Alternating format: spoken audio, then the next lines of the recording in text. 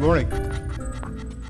When Mrs. Ishwaran invited me to come to Delhi this week to join the summit, my first reaction to her was really, what could I possibly offer to the summit that you are not already gaining? You have an incredible range of speakers, an incredible range of activities.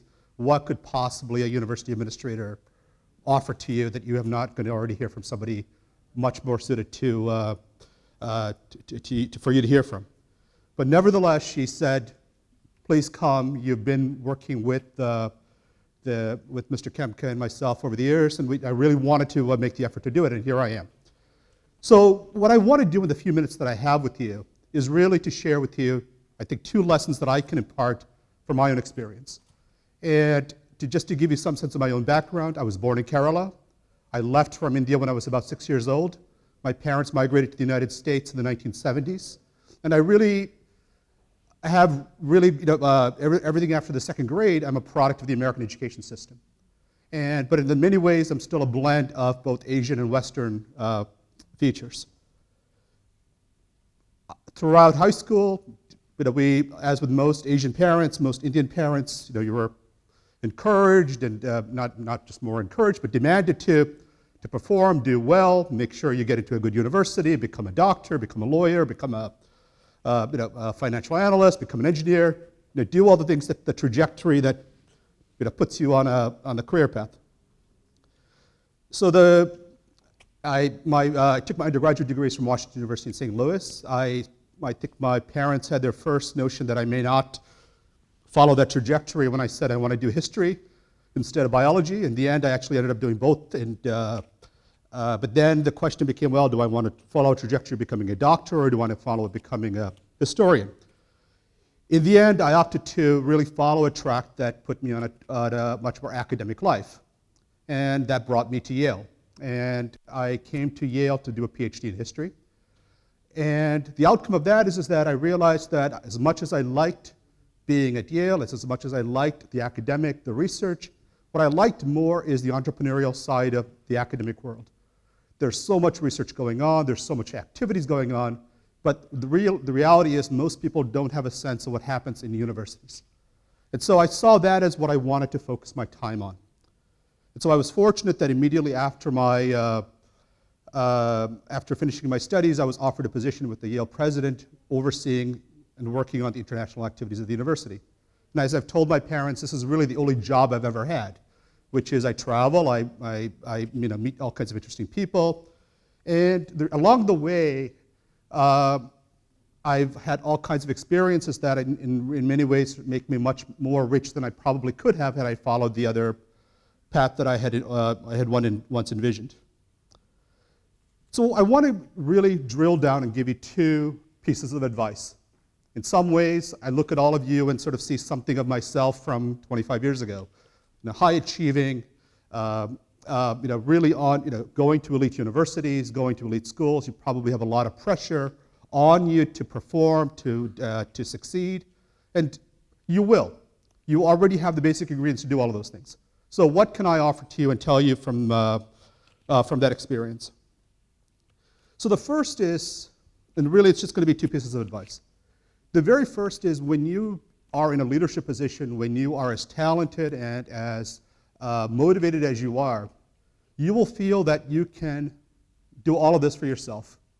That whatever project you take on, whatever activity you want to pursue, I don't need anyone else's help. I can do it.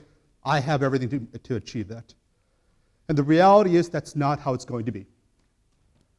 So my very first piece of advice to you is that you need to create a culture of feedback around you. The former mayor of New York, Ed Koch, often when he would meet someone on the street would say, "How am I doing?" That was his question. He was instead of saying hello, tell me how I'm doing. Give me your feedback about how I'm doing. And one of the things that I find when you're in a leadership position is that it is very hard to get honest feedback. When you are at a CEO level, a managing director, when you're the head of a company or the head of an organization, the assumption by your peers is that you know what you're doing. You do not need to get feedback. And so therefore it's hard to get honest feedback. More often than not, If you're about to make a bad decision, they're not going to question you. They're going to assume, and so the result is you have to surround yourself with people who are going to give you that kind of feedback. You want people who are going to, when you're about to make a bad decision, tell you that. When you've made a bad decision, how to correct it, and generally be a sounding board. The second thing I was going to say to you is that you need to have a mentor. The key thing is that most of us go through life again thinking, well, we'll find our way. You need to create a set of individuals around you who are going to serve as mentors to you, who are going to be your feedback. And those could be people older to you, people who are your peers, people who are younger to you. But the point is that you need to have people in your life who are going to tell you, who are going to give you that feedback. I want to share a story along these lines, which is, as I told you, I joined the Yale administration in 2003, and for about 10 years I was working very closely with the Yale president and others in terms of our international activities.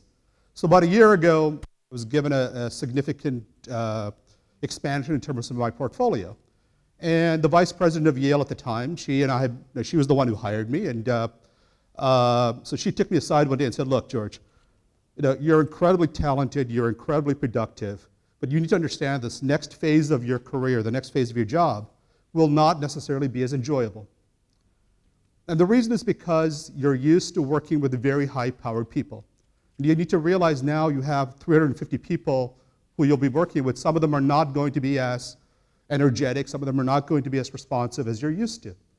And you're going to get frustrated. You're going to get, you're going to feel challenged and you're going to feel somehow diminished.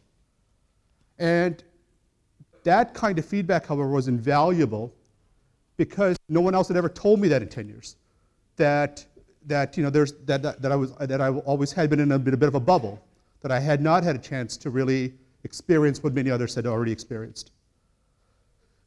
So that feature of having that feedback is important. In surrounding yourself with people who will give you this kind of feedback, I think of a phrase that the former U.S. Treasury Secretary Timothy Geithner used at his retirement speech in describing the kind of people that he had around him, who worked for him, who worked with him. He said, he had 3 criteria. He did not want people who were peacocks. He did not want people who are jerks, and he did not want people who are whiners. In other words, you work together, you don't show off, you don't whine about you don't complain about your work, and you don't put each other down. That's the kind of team and the kind of leadership that you want to exert. So the remaining time that I have, I want to tell you one other thing. And this is my other piece of advice. So all of you are accomplished, and you're probably feeling very good about yourselves right now. You're among the elite of elite. You're at a prestigious conference right now. All of you are attending top schools across the world. So throughout all of your lives, you have been told that you're smarter, that you work harder, that you're more attractive, you're more beautiful, more handsome, all the superlatives. And all your lives, you've essentially have been judged by the measurements of others. It's your SAT scores, your grades, where you rank in your class, what awards you received, what competitions you won. And so those have been the measurements that have brought you to where you are today. Those are the measurements that universities use to admit you. Those are the criteria that employers look when they want to hire you. But at some point, you have to realize that the success that you will have in your life is not going to be based on those measurements. It is up to you now to create the measurements that you will judge your lives by. And the reality is that, and that's important because there will always be criteria that will challenge you, that will help you. But the reality is that the success, the enjoyment, the satisfaction that you get from your lives will not be judged, cannot be judged by others.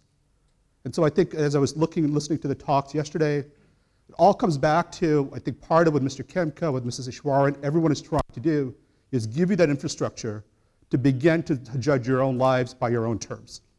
And I wish you very good success in all of that. Thank you.